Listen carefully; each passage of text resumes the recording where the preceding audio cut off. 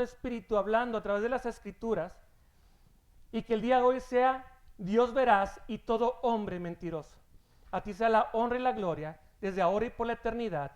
Amén. Este 1 Corintios capítulo 15, el que también es conocido como el primer credo apostólico, del versículo, vamos a leer desde el 13 hasta el 17. Y dice así la palabra de Dios en nombre de nuestro Señor y Salvador Jesucristo.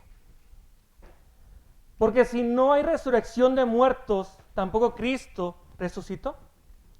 Y si Cristo no resucitó, vana es entonces nuestra predicación, vana también vuestra fe. Y si somos hallados falsos testigos de Dios, porque hemos testificado de Dios que Él resucitó a Cristo, al cual no resucitó, y si en verdad los muertos no resucitan, porque si los muertos no resucitan, tampoco Cristo resucitó.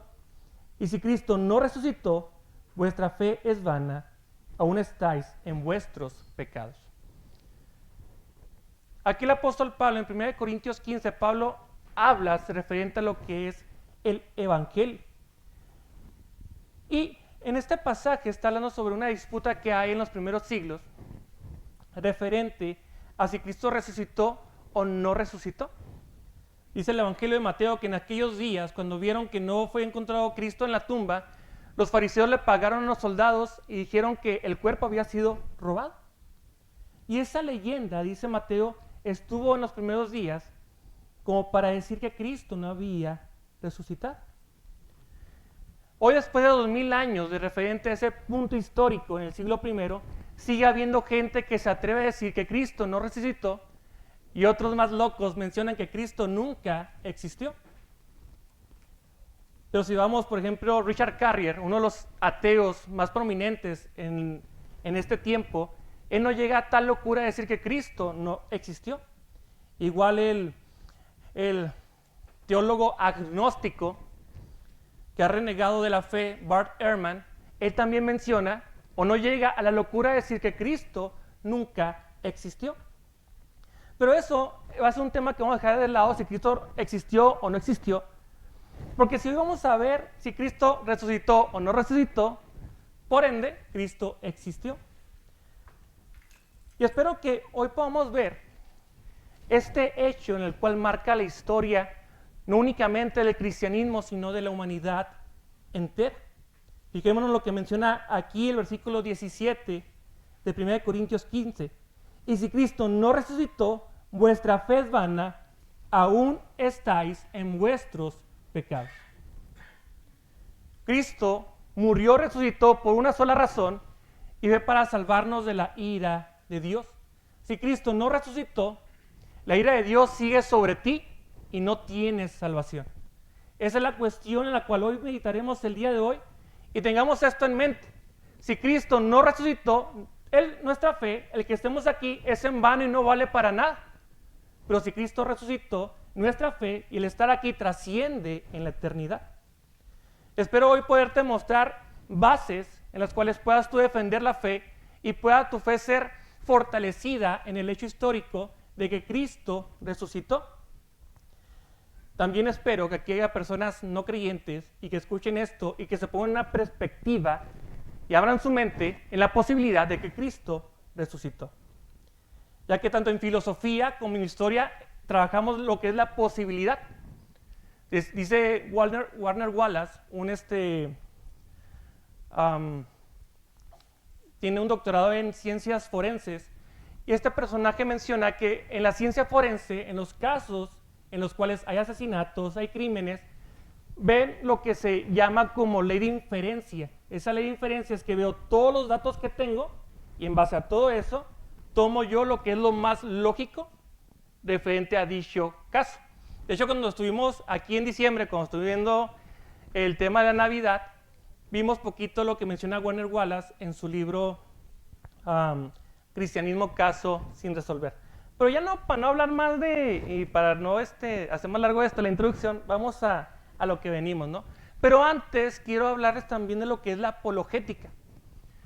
todo cristiano está llamado a hacer apologética. Y tal vez tú te estés preguntando, caray, ¿y qué es la apologética?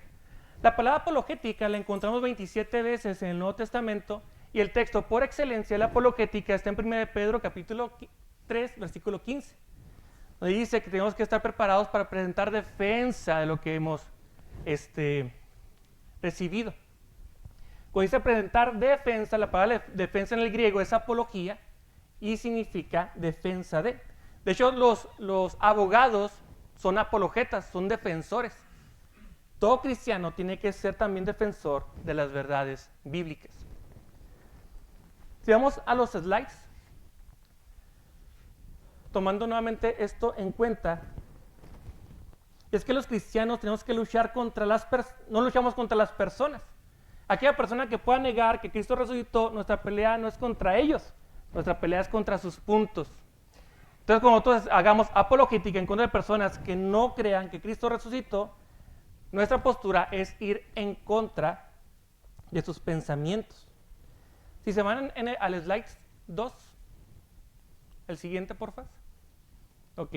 Aquí vemos lo que es la práctica de la apologética. No lo voy a leer, pero lo que aquí sí quiero dejar en claro es que por un lado vemos lo que es el evangelismo y por otro lado vemos lo que es la apologética. La apologética no es evangelismo ni es el evangelio.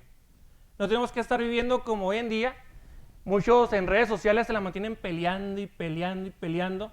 Ese no es el llamado del cristianismo, es el evangelismo. Una apologética sin evangelismo y sin el evangelio es en vano también. Entonces, cada vez que nosotros hagamos apologética, esa apologética tiene que ir enfocada a la cruz de Cristo, tiene que ir enfocada a lo que es el evangelismo. Por lo cual, podemos ver, de hecho, dice Santiago capítulo 5, que aquel que hace volver al hermano del error, ha salvado un alma.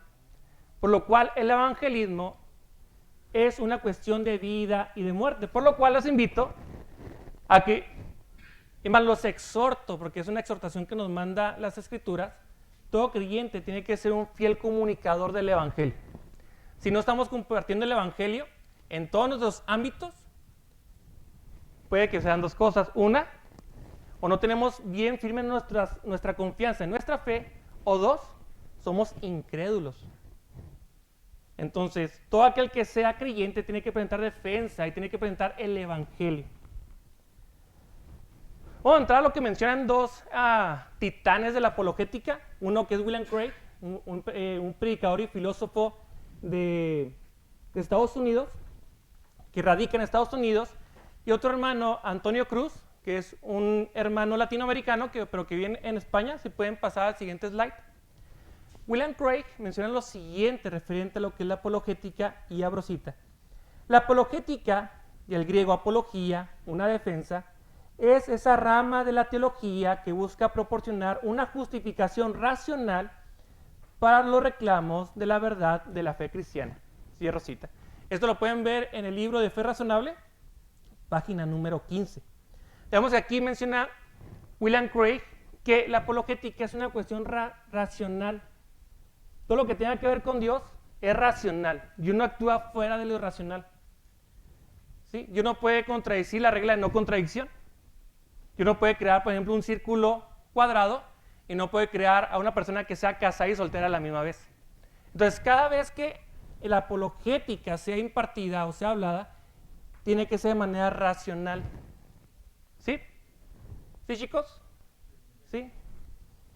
Ok, igual Antonio Cruz, en su libro de Introducción a la Apologética, capítulo 13, página 13, dice lo siguiente referente a la apologética, y abro cita. La apologética, como defensa de la fe cristiana, constituye una suerte de disciplina pre-evangelizadora, capaz de alisar el camino hacia la creencia en Jesús como Hijo de Dios y Salvador del mundo. Cierro cita. Vemos cómo es que Antonio Cruz, en su libro Introducción a la Apologética, hace esta mención de que la apologética es como que aplana el campo para poder sembrar la semilla, lo que es el evangelio. Me gusta mucho, hay ahorita un predicador en redes sociales español, Ángel Rodríguez, creo que es apellida, y es muy bueno, y él llega primero, y él primero lanza datos apologéticos. Oye, te voy a enseñar cómo es que Dios existe. Por ejemplo, este lugar, ¿apareció por sí solo? ¿Hubo alguien que lo construyó? No, pues alguien que lo construyó. Que es la tercera vía de Santo Tomás de Aquino, que menciona que hay una cuestión de causalidad.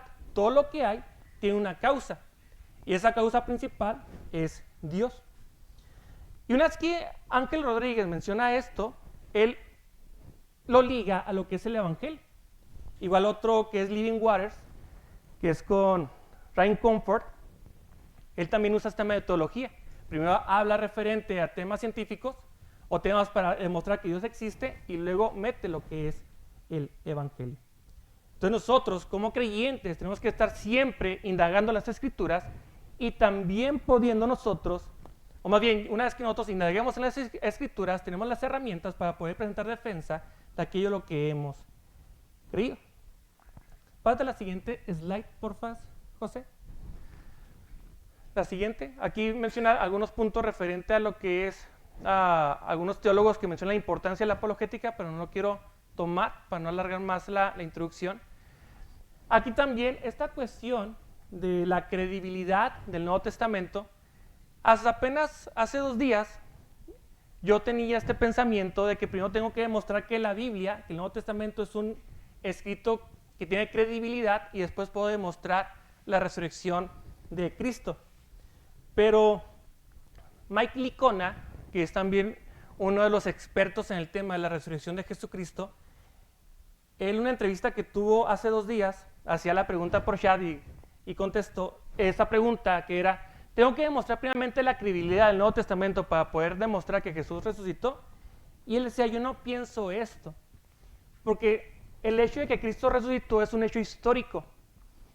Y me atrevo a decir, decía Licona, que si yo demuestro que Cristo resucitó, por ende también el Nuevo Testamento tiene credibilidad.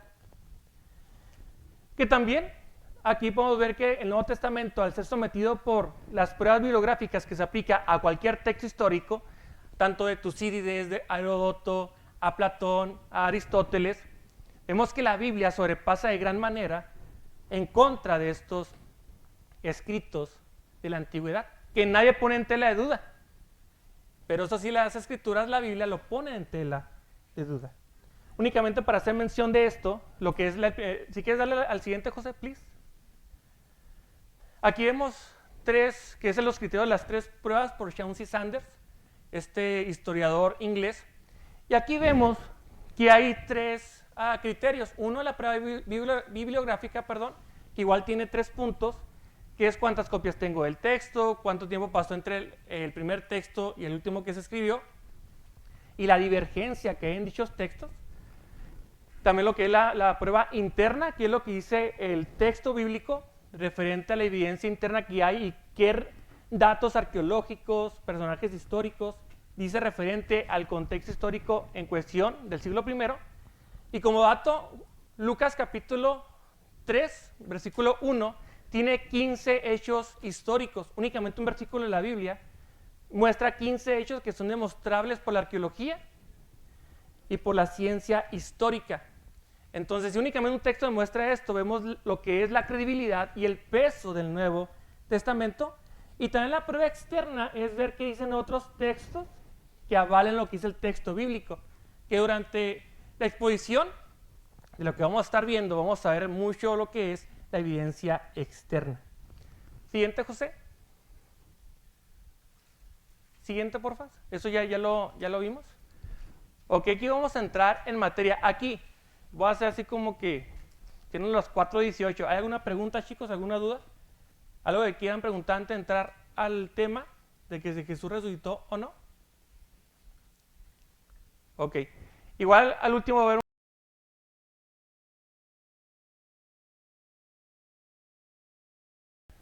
tanto el tema de la resurrección como el tema de la credibilidad del Nuevo Testamento. Y los vamos tratando, aunque aquí no tratamos el tema del Nuevo Testamento, también se puede ir tratando, y también del Antiguo Testamento, pero como vamos a ver la credibilidad de la resurrección de Cristo, vamos a estar viendo principalmente lo que es el Nuevo Testamento. Antes de empezar lo que es si Jesús realmente resucitó, vamos a estar viendo la argumentación de Gary Habermas. Gary Habermas es el teólogo o erudito por excelencia en referencia a la resurrección de Cristo. Gary Habermas ha leído más de 1500 artículos referente o que hablan referente a la resurrección, tanto de cristianos como de escépticos. Entonces, el mejor personaje que pueda hablar de este tema es Gary Habermas. Gary hace mucho tuvo un debate con un ateo, que ese ateo al último de su vida se arrepintió y se convirtió al cristianismo. Y cuando estuvo en el foro, en una universidad de Europa, hubo un foro donde había personas que iban a calificar el debate de Gary contra Anthony Flew. Y creo que eran 5, de esos 5, 4 le dieron el gane a Gary y uno puso que fue empate.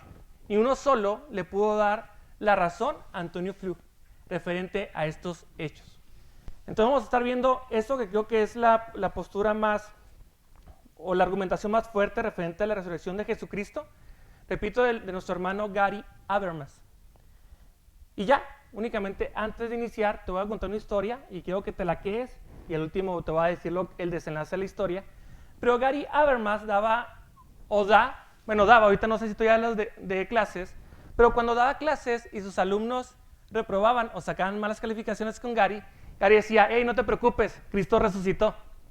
Entonces, sí, sacaste un 7 o reprobaste mi materia, pero no te preocupes, Cristo ha resucitado y es redimido por Cristo.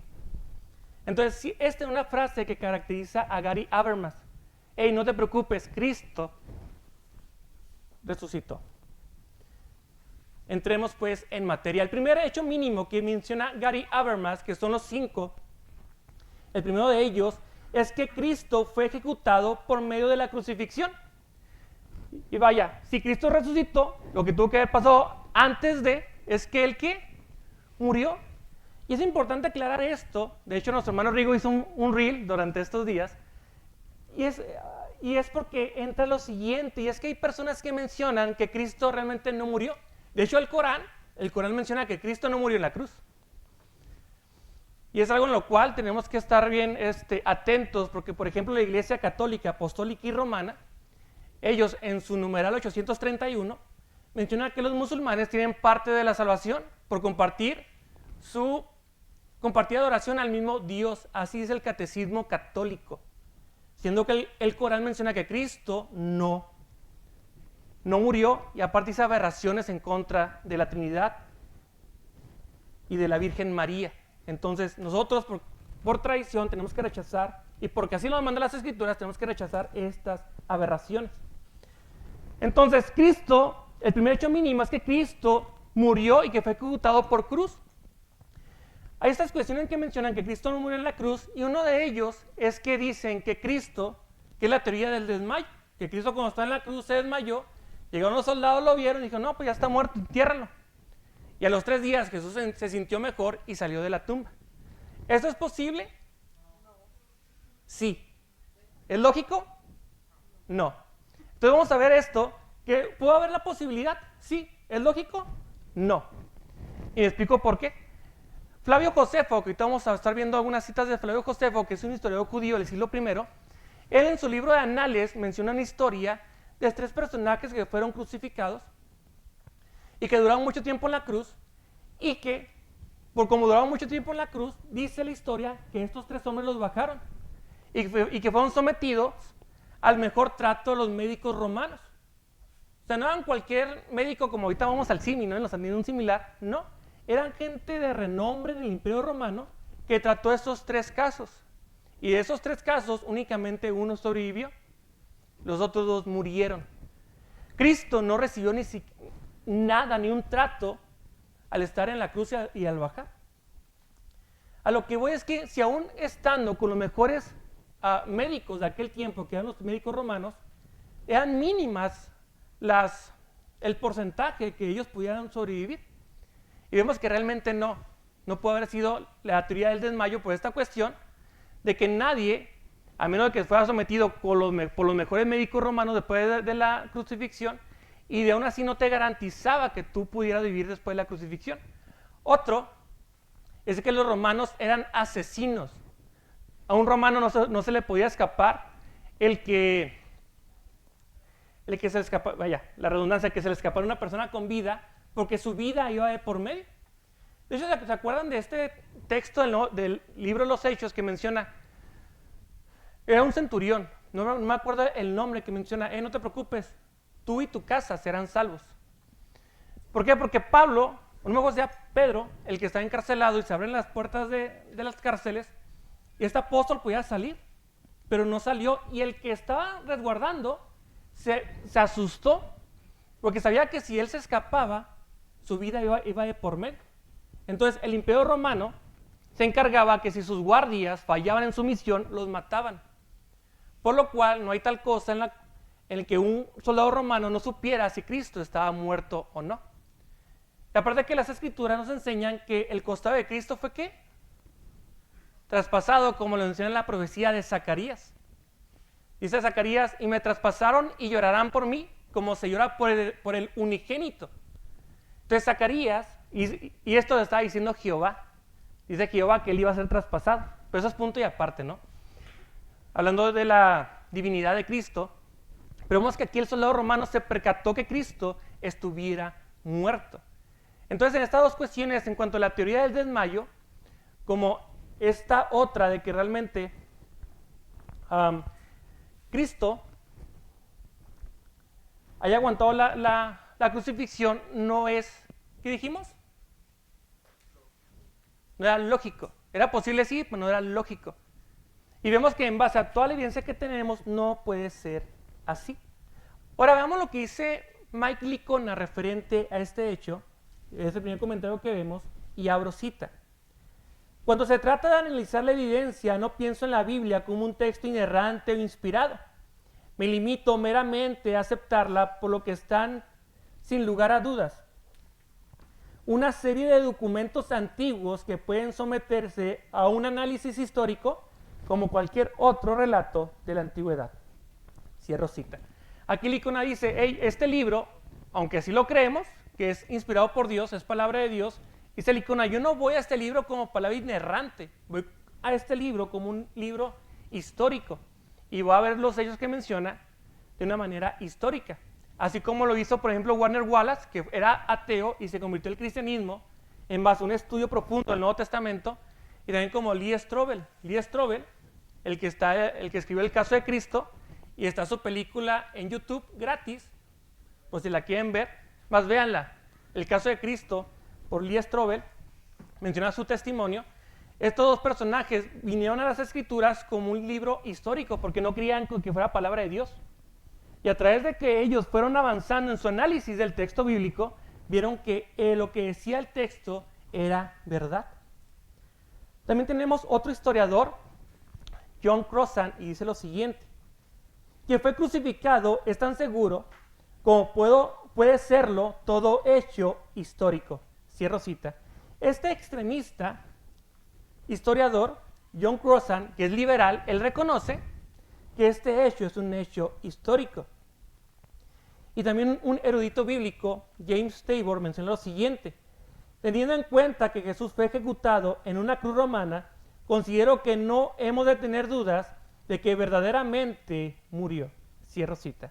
De hecho, hay un artículo científico, un artículo médico, que menciona Lee Strobel en su libro Caso de Cristo, cómo relatan todo lo que padeció y todo lo que sufrió Cristo en la cruz, del pretorio hasta la crucifixión.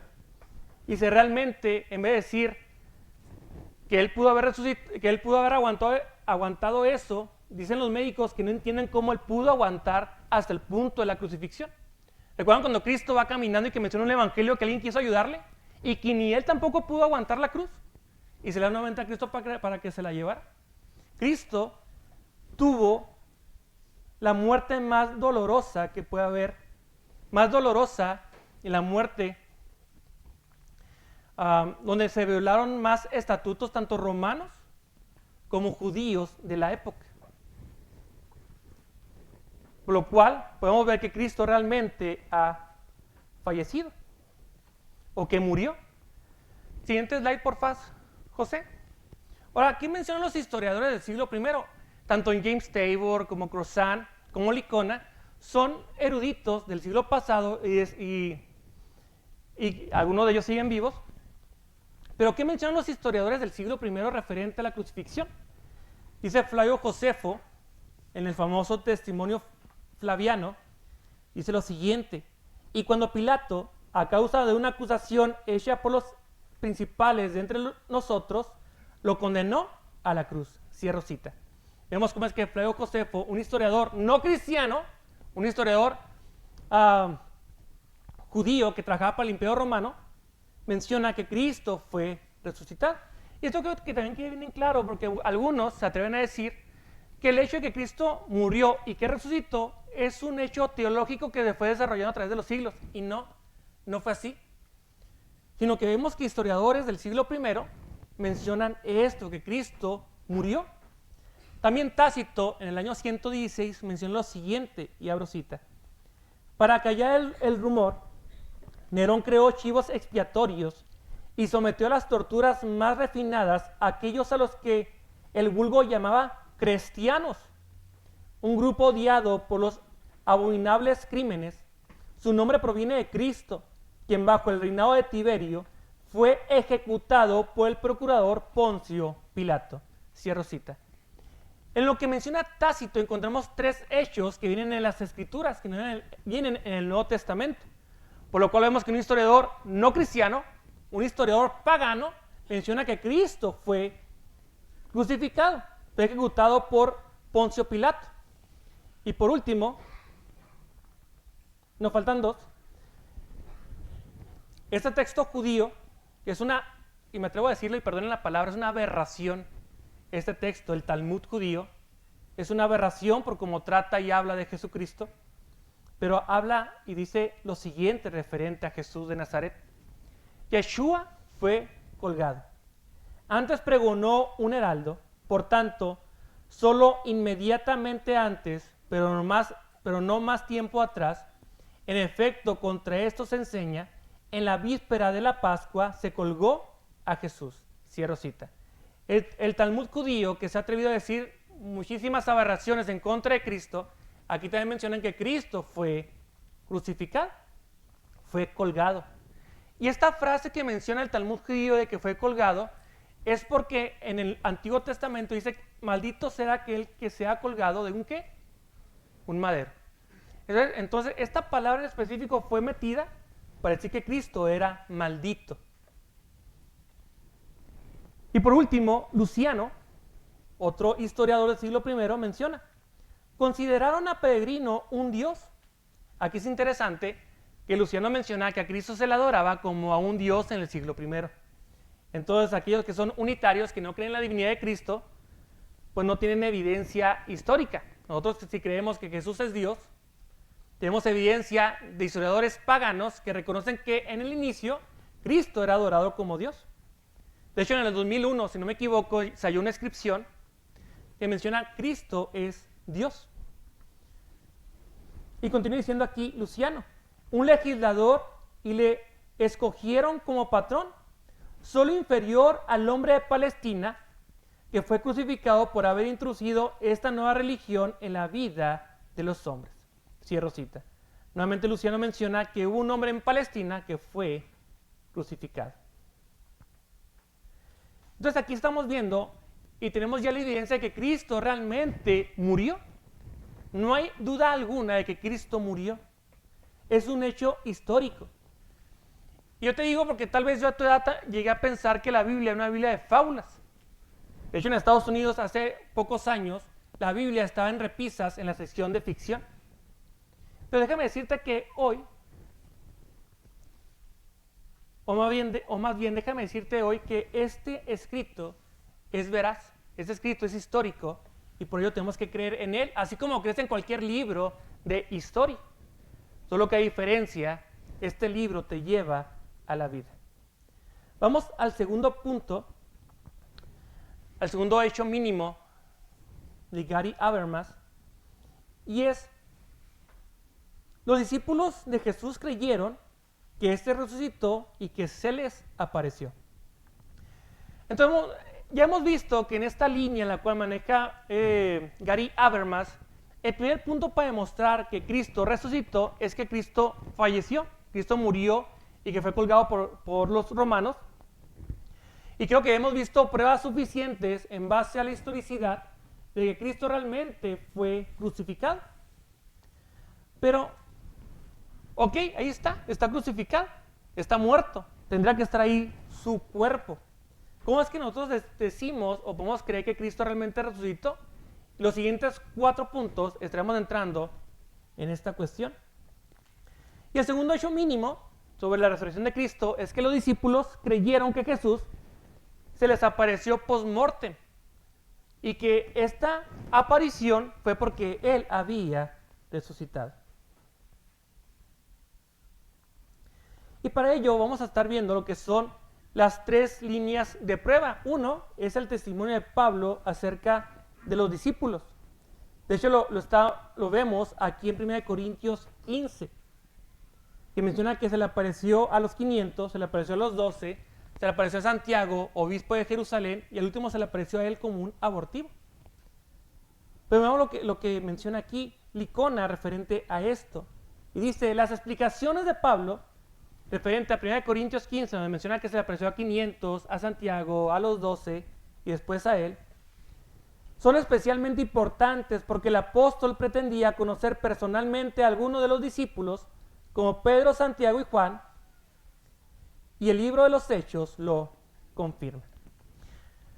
Necesito que todos hagan esto, hagan esta seña, todos rápido, aquí.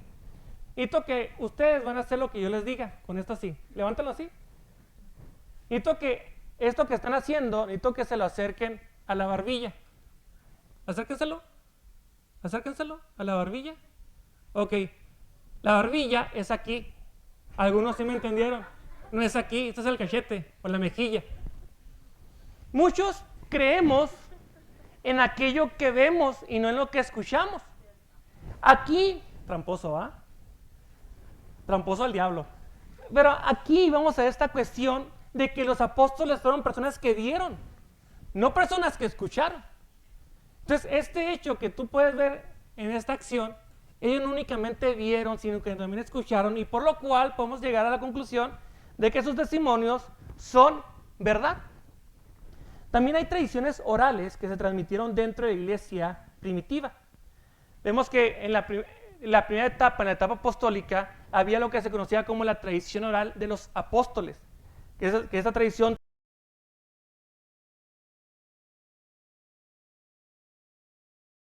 y dice Licona, es evidente que en aquel tiempo no había grabadoras y que pocos sabían leer, de modo que para comunicar lo que había sucedido dependían de la transmisión verbal hasta que más tarde se pusieron por escrito los relatos de los distintos sucesos. Tal es el caso de Lucas, que ahorita lo mencionaban, que es el autor más prominente del Nuevo Testamento. Lucas no es Pablo. Si bien Pablo es el que tiene 13 cartas apostólicas, el que tiene mayor compendio en el Nuevo Testamento es el evangelista Lucas. Y Lucas, cuando empieza su evangelio, dice, por cuanto algunos han querido poner en orden las cosas que nos han contado, ese por cuanto es la palabra griega epeideper, y epeideper es una palabra compuesta de 3 palabras griegas, y esta quiere decir, por cuanto este conocimiento es verdadero, tengo que tomarle mucha atención. Eso es lo que menciona la palabra griega, que en español traducimos por cuanto. Entonces aquí podemos ver que es evidente que en aquel punto no había grabadoras, no había celulares, en los cuales algunos están distrayendo el día de hoy, pero lo que sí había era una tradición oral, en lo cual las personas podían escuchar y podían entender, comprender y conocer la vida, muerte y resurrección de Cristo. También encontramos las obras escritas de la iglesia primitiva. En 1 Corintios 3 al 7, muchos eruditos creen que Pablo recibió este credo, en 1 Corintios 15, del 3 al 7, perdón. Muchos eruditos creen que Pablo recibió este credo de Pedro y Santiago durante su visita a Jerusalén 3 años después de su conversión. De hecho, ahorita que veíamos esto que les mencionaba de la tradición oral, si en este momento agarramos todas las Biblias del mundo y las quemáramos y no hubiese una sola Biblia en el mundo, si recopilamos los textos de los padres de la iglesia, que son los pastores de los primeros 3 siglos, todo el Nuevo Testamento, a excepción de 11 versículos, se pueden reconstruir. Y esto le da más peso al texto bíblico. ¿Por qué? Porque se ve en una evidencia externa cómo es que personas creían en lo que la Biblia mencionaba. Ya que desde el primer siglo podemos ver que hay una respuesta de la iglesia al canon de las escrituras, pero que también es un tema aparte. Siguiente slide, por favor, José. Y aquí vemos lo que es la tradición oral, que son escritos y que son enseñanzas que daban los primeros predicadores u obispos, que la palabra obispo en el Nuevo Testamento significa pastor. Hay 3 palabras: obispos, presbíteros y ancianos. Los 3 en el contexto podemos determinar y podemos entender que son pastores. Y uno de ellos es Ireneo y menciona lo siguiente: puede decirse que la predicación de los apóstoles resuena aún en sus oídos. ¿En cuáles oídos? En los oídos de Clemente de Roma. Y sus tradiciones están delante de sus ojos. Ireneo hablaba referente a Clemente, porque Clemente, de hecho Clemente tiene una carta que es la carta de Roma. Y aquí Ireneo menciona, puede decirse que la predicación de los apóstoles resuena aún en sus oídos. Y esto era por el fervor que tenía Clemente al predicar el Evangelio. Y luego vemos también a Clemente de Roma que menciona lo siguiente: por tanto, habiendo recibido órdenes y una completa certeza producida por la resurrección de nuestro Señor Jesucristo, y creyendo en la palabra de Dios, se fueron con la certeza del Espíritu Santo, predicando las buenas nuevas de que el reino de Dios está cercano. Ahí Clemente menciona, y aquí habla de la resurrección de Jesucristo. Entonces aquella sentimiento en el cual mencionaba Ireneo referente a Clemente, esto era porque en Clemente había la convicción de que Cristo había resucitado. También encontramos a Policarpo en su carta a Filipos y menciona lo siguiente: porque estos no amaron el tiempo presente, sino aquel que murió para nuestro beneficio y fue resucitado por Dios para nuestro bien. Entonces encontramos en esta evidencia externa al Nuevo Testamento. ¿Eso por qué lo nombramos? Estos hombres son falibles, no son infalibles como los apóstoles o como la Escritura. Pero estos hechos que menciona tanto Policarpo, Ireneo y Clemente, y otros más como Ignacio de Antioquía, Orígenes, todos estos testimonios que se mencionan es para que veamos la pasión y para que veamos cómo es que la iglesia primitiva sabía y creía que Cristo había resucitado, por la cuestión de que los predicadores o los apóstoles mencionaban que lo habían oído y lo habían escuchado. Por lo cual, uno de los hechos en los que podemos decir que Cristo resucitó es porque los apóstoles habían mencionado que lo habían visto. De hecho, podemos ver cómo es que en las epístolas de Pedro y en las epístolas de Juan mencionan aquello que vieron nuestros ojos y palparon nuestras manos. Y aquel que escuchamos, aquel verbo de vida, menciona el apóstol Juan.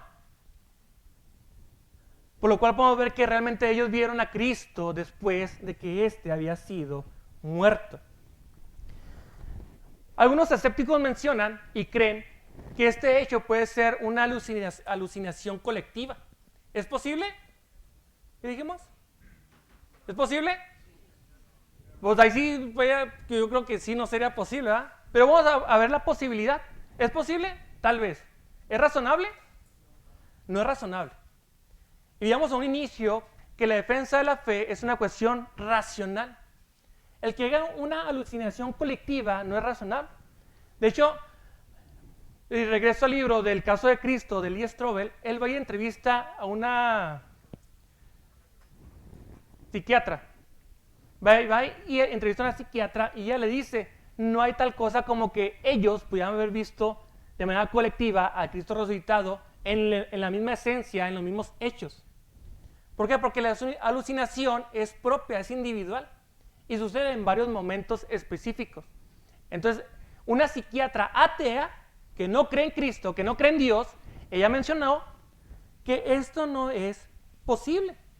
¿Es racional? Tal vez. ¿Es posible? No. Por lo cual, el hecho de que los apóstoles lo vieron es un hecho irrefutable de que Cristo resucitó. De hecho, menciona, creo que es el ateo Ludemann, creo que viene más adelante, él menciona que realmente los apóstoles tuvieron que haber tenido una experiencia post-mortem, una experiencia después de la muerte con Cristo. Y un ateo reconoce esto. El tercer hecho mínimo referente a la resurrección de Cristo lo encontramos en la conversión de Saulo de Tarso, que mejor conocemos entre los compas, ¿no? Como decimos, como Pablo. Y esta es su conversión. La conversión de Pablo es el tercer hecho mínimo referente a la resurrección de Cristo. Y dice Habermas, la conversión de Pablo, el perseguidor de la iglesia, tenemos 6 fuentes: Lucas, Policarpo, Clemente, Orígenes, Dionisio y Tertuliano. Estos 3 personajes que se centran en la vida del apóstol Pablo.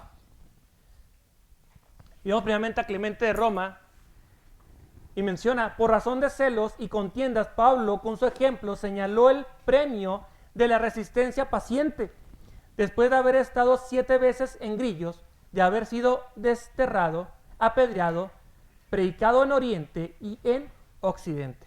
Cierro cita. Policarpo también menciona: sino también en otros de entre ustedes, en Pablo mismo y en los demás apóstoles, convencido de que todos estos no han corrido en vano, sino en la fe y en la justicia, y que están en el lugar que les corresponde junto al Señor con los que han sufrido. También Pablo menciona de sí mismo lo siguiente: si algún otro cree, tiene motivo para confiar en la carne. Yo mucho más, circuncidado a los 8 días de nacer, del linaje de Israel, de la tribu de Benjamín, hebreo de hebreos en cuanto a la ley, fariseo, en cuanto al celo, perseguidor de la iglesia, en cuanto a la justicia de la ley, hallado irreprensible, pero todo lo que para mí era ganancia lo he estimado como pérdida por amor de Cristo. En otro pasaje menciona que todo lo tiene él por basura para ganar a Cristo. Imagínense en esta situación en la cual Pablo, siendo el sicario de la iglesia, de hecho Pablo participó en el martirio de Esteban, un perseguidor, alguien de los cuales cuando él se convirtió y fue a Jerusalén, los apóstoles se escondían por temor. Y ahora Pablo predicaba con fervor las escrituras y aquella verdad de que Cristo había resucitado. Este libro, las Sagradas Escrituras, siguen cambiando vidas, y Cristo mismo, en camino a Damasco de Pablo, se le presentó a Cristo, y es por eso que Cristo mismo fue el que le enseñó, que Pablo creyó y predicaba, y este se arrepintió y vino a morir por el evangelio. Aquel que mataba al cristiano ahora moría como un cristiano, y eso es algo en lo cual podemos decir que Cristo realmente resucitó, porque cambia vidas, así como ha cambiado tu vida y la mía cambió la de Saulo de Tarso. Pero podrá decirle escéptico: oye, pero pues los musulmanes inmolan. El musulmán, en base a sus creencias, se pone una bomba y va y se mata. ¿Qué tal el 9/11, que se dice que fueron musulmanes los que fueron y estrellaron que secuestraron el avión y fueron y se estrellaron ante las Torres Gemelas? Realmente eso no demuestra que Cristo resucitó. Pero hay una gran diferencia entre aquellos musulmanes que se inmolan y los apóstoles. Uno puede morir engañado. Uno puede morir por una mentira que piensa que es una verdad. Pero alguien no puede morir por una afirmación que ellos saben que es mentira. ¿Sí me explico? Los apóstoles, muchos dicen: es que se unieron los apóstoles, ¿sabes qué? Pues vamos a robarnos el cuerpo, ya lo robamos. Vamos a decir que resucitó y hacemos una religión nueva. ¿Qué fue lo que pasó cuando hicieron los apóstoles? Fueron y predicaron el evangelio. ¿Sí? Muchas veces cuando mentimos, y vamos a ser un poquito introspectivos, cuando mentimos es para ganar algo a nuestro favor. ¿Cierto o falso? Yo no veo a alguien que esté mintiendo para algo en su contra, ¿no? Siempre mentimos para tener algo a favor de nosotros. Y vemos que los 12 apóstoles murieron y fueron martirizados por la verdad del evangelio. Ellos no se negaron en ningún momento en aquello que estaban predicando. Si realmente eso hubiera sido una mentira, los apóstoles hubieran renegado de la fe. ¿Sabes qué? La verdad inventamos todo este show, perdónanos, nos retractamos. Pero no, sino todo lo contrario. De hecho, cuando en la época de los mártires con Nerón, cuando iban y eran lanzados a los leones, y eran la diversión en aquel entonces para los gobernantes, muchos al ver cómo es que los cristianos dan testimonio siendo devorados por los leones, muchos se convertían al cristianismo y se lanzaban. Y decían, yo quiero conocer al Dios que ellos tienen, y se lanzaban para ser devorados por los leones. Por lo cual la conversión de Pablo, en base a todo esto, podemos ver que fue realmente porque tuvo un encuentro con Jesús, y es que éste se convierte al cristianismo. Muchos esperan milagros, que se levanten los muertos, esperan milagros que enfermos sanen, y otros más atrevidos esperan milagros para que sus cuentas se multipliquen en los bancos, ¿no? El mayor milagro que tiene hoy el ser humano es que ha pasado de muerte a vida por la sangre de Cristo. Es el mayor milagro que podemos experimentar. Podemos caer en aquellos en los cuales Jesús dice, piden milagros y no les serán enseñados.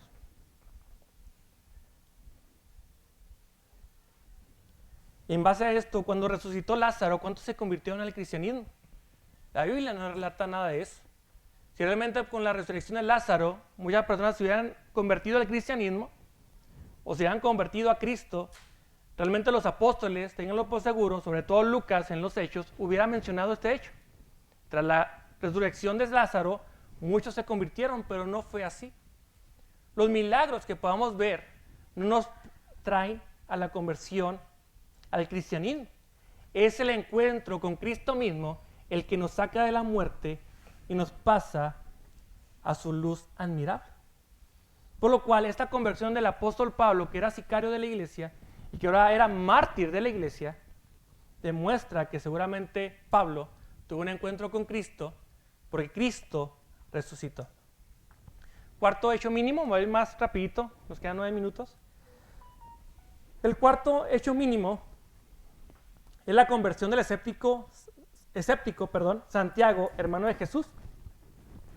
De hecho, Santiago lo menciona el historiador Flavio Josefo en su libro de Anales, y dice lo siguiente: el historiador judío Josefo, en una selección que la mayoría de los historiadores consideran auténtica, se refiere al hermano de Jesús, conocido como el Cristo, cuyo nombre era Santiago. Es un escrito que no les gusta leer a los católicos, ¿no? Realmente Josefo menciona que Cristo tenía un hermano mínimo y que este era Santiago. Pero de que su hermano Santiago se había convertido, era obispo de Jerusalén, ¿en eso en qué demuestra que Cristo resucitó? Y es que Santiago no creía en Jesús, Santiago no creía en su hermano.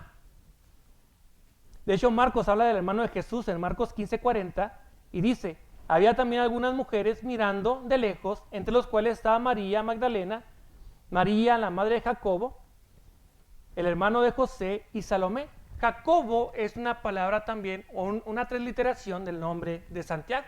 Entonces aquí vemos que Marcos está hablando de Santiago, el hermano de Jesús. También Juan, capítulo 7, del 1 al 4, menciona que es importante resaltar que durante el ministerio de Jesús, ninguno de sus hermanos creía en él. De hecho, los hermanos de Jesús se avergonzaban de Jesús. Entonces no hay tal forma de decir, Santiago, pues claro, era hermano de Jesús, por eso es que él creía en Jesús. No, los evangelios nos enseñan que Santiago renegaban y Santiago tenía vergüenza de Jesús mismo. Entonces un punto que puede comprobar esto es que cuando Jesús le encomienda su madre al apóstol amado,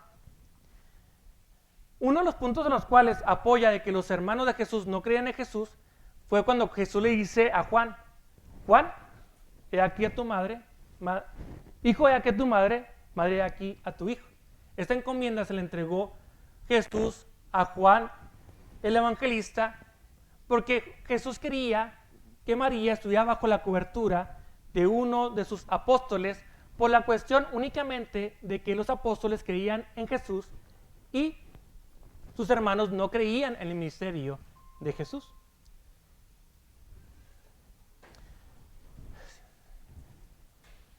Pero ahora surge la siguiente pregunta de cómo puede haberse convertido Santiago, el hermano de Jesús.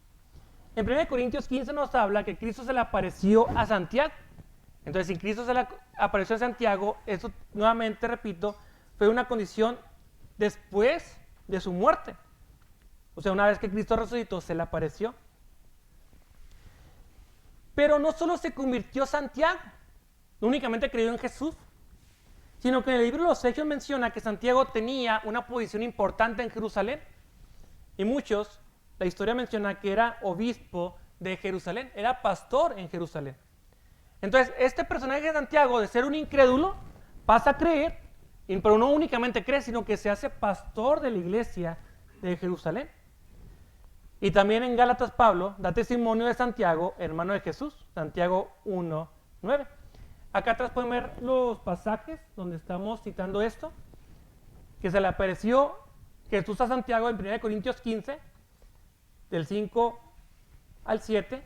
Encontramos también en Hechos 15, de 2 al 13, y es cuando se reúne en el concilio de Jerusalén, y que Santiago sale como uno de los principales en el concilio. Y también en Gálatas 1:19, donde dice: también vi allí al apóstol Santiago, hermano de Jesucristo nuestro Señor, aparte de ellos no había ningún otro apóstol.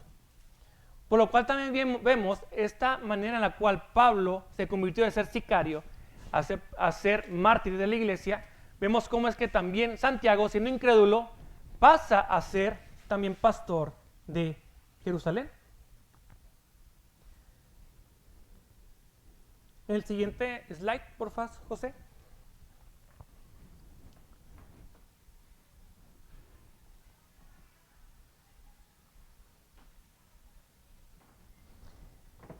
Yo leí estos dos comentarios, uno de un erudito crítico, Fuller, que menciona lo siguiente. Menciona en su libro La formación de las narrativas de la resurrección lo siguiente: aunque no tuvieron el relato de 1 Corintios 15, tendríamos que inventar esta aparición para explicar la conversión de Santiago y su promoción a la pastoría de la iglesia de Jerusalén, que era el centro del cristianismo antiguo. Entonces, aquí lo que este erudito crítico menciona: si no tuviéramos 1 Corintios 15, tendríamos que inventar algo para poder decir que Santiago se convirtió. Porque no pudo haber habido una conversión natural en Santiago. También William Craig hace la siguiente pregunta: ¿qué había tenido que ocurrir para convencerle a usted de que su hermano es el Señor? Ponte en la posición hoy de Santiago. Tienes a una persona que él dice que es el Cristo, que es el Salvador del mundo, y tú lo tiras por loco. ¿Qué tendría que pasar para que tú creyeras que tu hermano es el Mesías? A lo que contesta Craig: realmente lo único que podía explicar este cambio en el caso de Santiago es lo que se consigna en el antiguo credo, que el Jesús crucificado se le apareció vivo. Únicamente lo que explica la conversión de Santiago, de incrédulo a crédulo, es que Cristo se le apareció. Siguiente slide, por favor, José. Vamos al último hecho. Aquí voy a tratar de ir un poquito más rápido porque está más extenso este punto. Pero aquí la cuestión es de que el quinto y último punto mínimo de Gary Habermas es que el sepulcro de Jesús quedó vacío. Pudo haber pasado todo lo anterior, pudo no haber pasado todo lo anterior, a excepción de que Cristo realmente se murió en la cruz. Ok, sí, Pablo se convirtió al cristianismo, Santiago se convirtió al cristianismo, pero pues ahí está el cuerpo en la tumba. Si estuviera el cuerpo en la tumba, realmente no demostraba nada la conversión de Santiago ni la de Pablo. Aquí el problema era para los escépticos que la tumba estaba vacía. Entonces aquí tenemos varias líneas en las cuales podemos llegar a este punto. Uno es la línea del factor Jerusalén. Esta expresión ayuda al hecho de que Jesús fue públicamente ejecutado y sepultado en Jerusalén, y a continuación su resurrección se proclamó en esta misma ciudad. En Hechos 2:32 menciona lo siguiente: a este Jesús Dios lo resucitó y de ello todos nosotros somos testigos. De manera lógica, era imposible que el cristianismo se difundiera en todo Jerusalén si el cuerpo siguiera en el sepulcro. Entonces la primera línea de prueba de que Cristo o que el sepulcro de Cristo quedó vacío es que esto pasó en Jerusalén y era muy fácil detectar si esto era una verdad o una mentira. Ah, caray, los apóstoles dicen que Cristo resucitó, vamos a la tumba, ahí está el cuerpo, asunto acabado. El problema es que no había cuerpo. Aquí los escépticos mencionan que el cuerpo fue robado por los apóstoles. ¿Es posible? ¿Posible? ¿Lógico? ¿Por qué no es lógico? ¿Rigo? ¿Puedo comentar algo? A lo mejor, ahí nada más, tú comentabas de que los romanos eran asesinos, pero también el mismo evangelio relata que los fariseos, los doctores de la ley, fueron con las autoridades romanas a pedir que cuidaran la tumba de Jesús y mandaron una guardia pretoriana. La guardia pretoriana era considerada una de las mejores en el ejército romano y los apóstoles eran pescadores, campesinos, no tenían ni la fuerza política ni la física para enfrentarse a una guardia pretoriana del ejército romano y robar el cuerpo. Además, tomar en cuenta cómo estaba sellada la tumba de Jesús, tenía el sello romano, o sea, había muchas cosas que no son lógicas creer que los discípulos hubieran robado el cuerpo. Exacto. Thank you, Rigo. Y veamos, eran pescadores, los apóstoles. ¿Iba a ser un pescador? ¿Iba a ser alguien que tenía su vida arreglada como Mateo, por ejemplo, que era publicano? En mano de asesinos, en mano de soldados que para eso eran entrenados. Entonces no es lógico que los discípulos fueran a robar el cuerpo. De hecho, eso que menciona Rigo es que dice la escritura que los fariseos fueron y hasta les pagaron para decir, hey, pues digan que se lo robaron. Y este dicho está hasta el día de hoy. Entonces, realmente tenemos evidencia de que el cuerpo no está en la tumba. Esto demuestra que Cristo, o esto demuestra que la tumba pues está vacía. De hecho, en el siglo I, en el año 37, si no me equivoco, hay un emperador romano que se llama Claudio, si no me equivoco. Ahorita corroboro y se los digo, si tienen la duda lo pueden googlear. Pero en el año 37 después de Cristo, creo que con el emperador Claudio, él emitió un edicto y hay se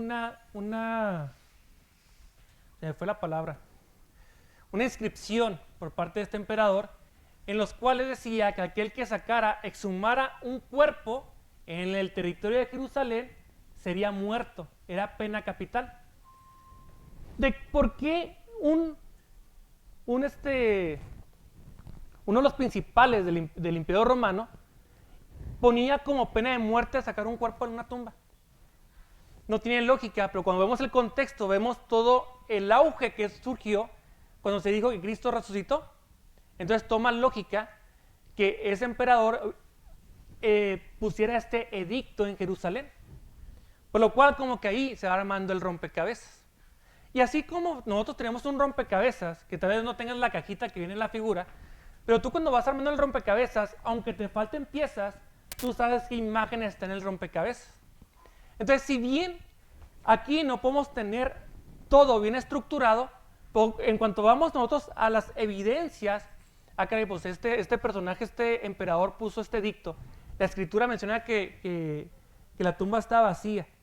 Hay hechos históricos que muestran que la tumba está vacía. Entonces, llegamos a la conclusión de que posiblemente Cristo resucitó. Y digo posiblemente para el escéptico, pero para el creyente es una verdad indiscutible. La segunda vía es la certificación de los enemigos. ¿Por qué? Porque tanto las autoridades romanas como las judías únicamente habían tenido que ir al sepulcro a examinar el cadáver y asunto concluido. Los apóstoles mencionan que ya no hay cuerpo, vamos a la tumba y asunto concluido. Pero no hay indicador histórico de que esto hubiera sido hecho. De hecho, no hay evidencia histórica que avale que el cuerpo estaba en la tumba. De lo que sí hay evidencia es que el cuerpo no está en la tumba y con ello se propagó el dicho de que los discípulos habían robado el cuerpo de Jesús. De hecho, Gary Habermas menciona que aquella persona que menciona que Cristo no resucitó tendría que demostrar evidencias de que realmente no fue así. Realmente la carga de la prueba la tiene el escéptico. Demuéstrame que Cristo no resucitó. Tenemos la conversión de Pablo, la conversión de Santiago, tenemos la tumba vacía, ergo, o por lo cual, Cristo resucitó. También tenemos una tercera vía, y es la vía del testimonio de las mujeres. Siguiente slide, porfa, José. Este hecho es de los pocos que están en los 4 evangelios. De hecho, únicamente en 2 evangelios encontramos el testimonio de los hombres y en 4 encontramos el testimonio de las mujeres. Únicamente Lucas y Juan mencionan que fueron los hombres al sepulcro a ver si realmente Cristo no estaba allí. Pero en los 4, tanto en Mateo, Marcos, Lucas y Juan, aquí se menciona el testimonio de las mujeres. Pero ahora, ¿por qué esta vía de que las mujeres y el testimonio de ellas le dan credibilidad a la resurrección de Jesús? Y aquí voy a decir algunas cuestiones en las que les voy a las chicas. Son cuestiones históricas y son cuestiones culturales de aquel entonces, lo que voy a mencionar. Algo que realmente pues, hoy en día, y de hecho la escritura no lo cree, ya que en aquel entonces la mujer era tomada como objeto casi por la tradición judía. Pero cuando vemos a la escritura y vemos cómo es que el Nuevo Testamento exalta a la mujer, vemos que realmente están equivocados en aquel entonces. Únicamente menciono esto y creo que vamos a ver un comentario del Talmud al respecto. Pero el hecho de que las mujeres se encontraran en la tumba vacía no requiere decir que por esta razón tenga más valía, pero fijándonos en los 4 evangelios sí tenemos el testimonio de las mujeres, al contrario que el de los varones, que únicamente aparecen 2 de ellos. Siguiente, José, please. Ahora vamos a ver por qué es que toma mucho valor que sean las mujeres las primeras que mencionan que Cristo no está en la tumba. Ahora eso toma muchísimo valor, ya que en el primer siglo, tanto en la cultura judía como en la romana, las mujeres estaban muy mal consideradas y su testimonio no tenía mucho valor. De hecho, hay un argumento que no se menciona aquí, pero es el argumento a la vergüenza. El argumento a la vergüenza. ¿Cuántos de ustedes, si hoy les pediría hoy a ustedes que escribieran una biografía de ustedes, ¿pondrían algo vergonzoso de ustedes? ¿O escribirían algo que les quite como que credibilidad a ustedes? Imagínate el momento más penoso por el cual has pasado. O el pecado más bajo que no quieres que sepan los demás. ¿Lo pondrías en esa carta? Y que se leyera aquí enfrente. ¿No? Algunos tal vez sí.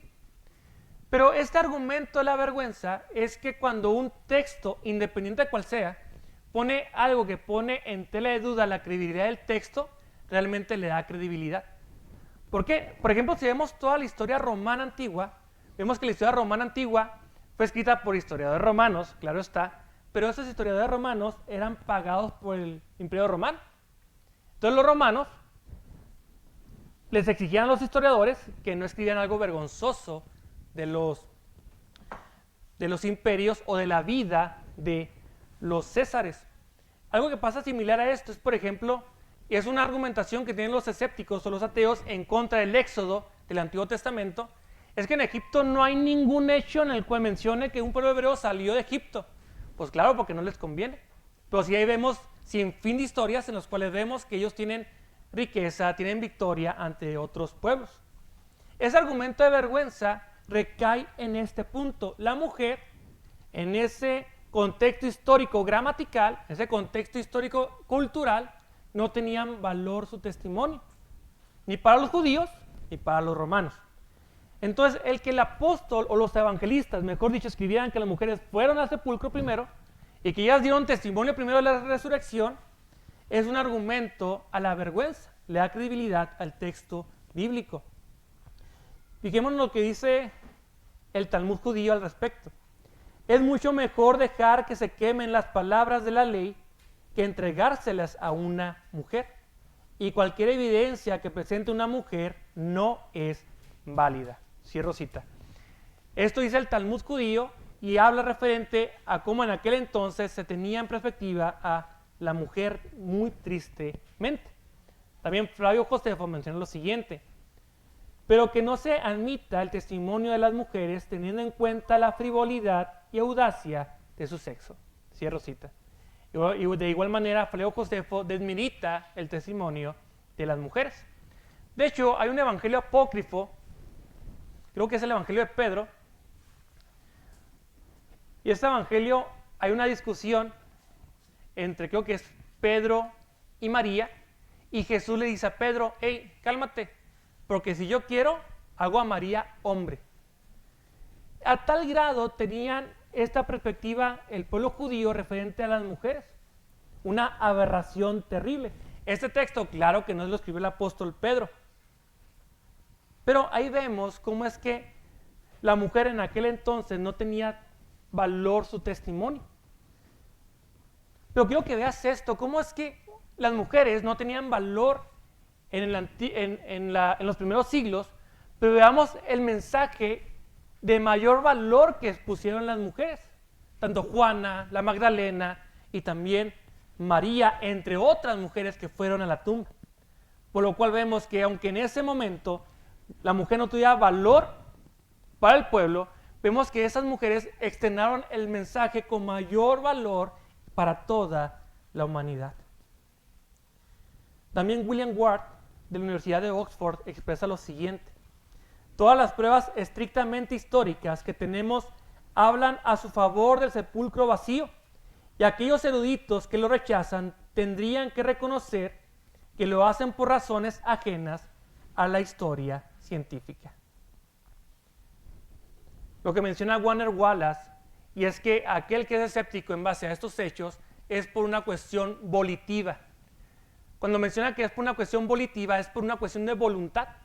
Arbitrariamente rechaza estas evidencias.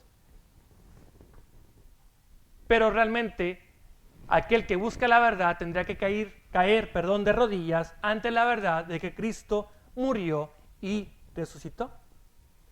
Y en conclusión, la última slide, ya para terminar, ya para que no se me terminen de dormir, dice: después de este desarrollo sobre la credibilidad del Nuevo Testamento, que lo vimos muy resumido, el camino histórico y las evidencias sobre la resurrección de Jesús nos permiten afirmar más nuestra fe con el propósito de llegar a la fe razonable, con ciertas evidencias que nos llevan a poder defender nuestra base cristiana, que es la resurrección de Cristo para la salvación de las naciones.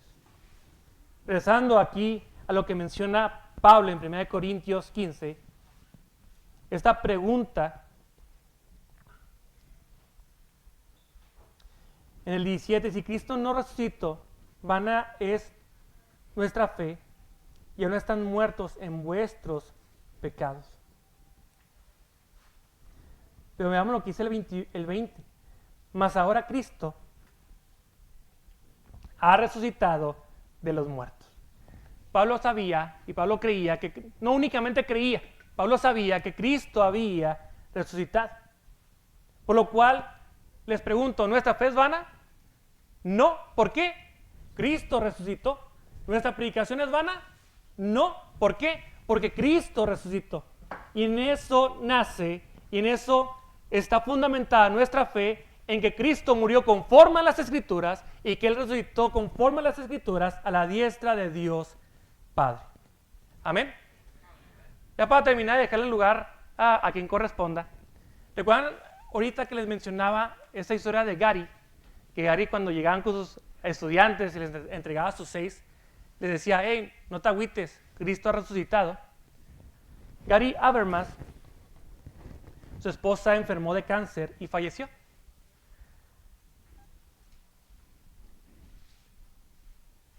Y Gary, él menciona que él estaba muy triste porque había perdido a su compañera de vida. Y cuando este hecho de que su esposa había fallecido llega a todos sus estudiantes, fueron muchísimas cartas en las cuales mencionan que algunos, que fueron miles, que decían una única frase a Gary: Gary, no te preocupes, Cristo resucitó. Y esta es la esperanza cristiana, que Cristo resucitó, tanto tú como yo resucitaríamos en el día postrero y todos juntos alabaremos a Dios el Padre, a Dios el Hijo y a Dios al Espíritu Santo. Amén.